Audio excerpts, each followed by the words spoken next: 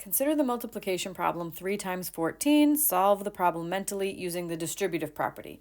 Show the equations that go along with your mental technique. So typically, a natural way to break up 14 would be to write it as 10 plus 4.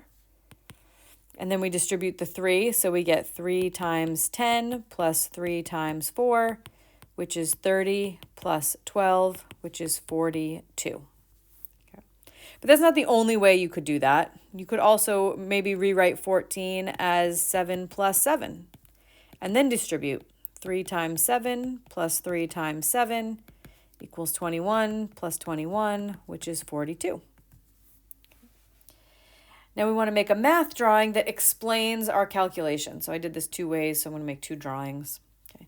So 3 times 14 is going to be 3 rows by 14. It's going to take me a minute to draw.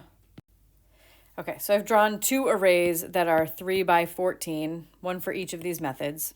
Okay. So in this method, I broke the 14 into a 10 and a 4. So I'm just going to use my highlighter here. So 1, 2, 3, 4, 5, 6, 7, 8, 9, 10. So I have this array and this array. Okay, so I could also think of it as 2 arrays. So it's one big array, 3 by 14, or 10 plus 4. Think of 14 as 10 plus 4.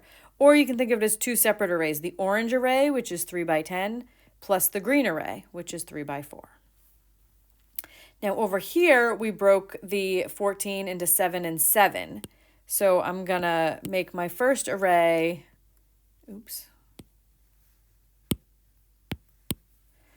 1, 2, 3, 4, 5, 6, 7.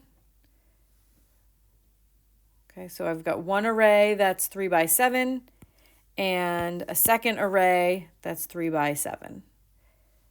So we could think of this as one large array that's 3 by 14, 3 by 14, or 3 by 7 plus 7, that one. Or we can think of it as the sum of 2 arrays, a 3 by 7 array plus another 3 by 7 array, 3 by 7 plus 3 by 7.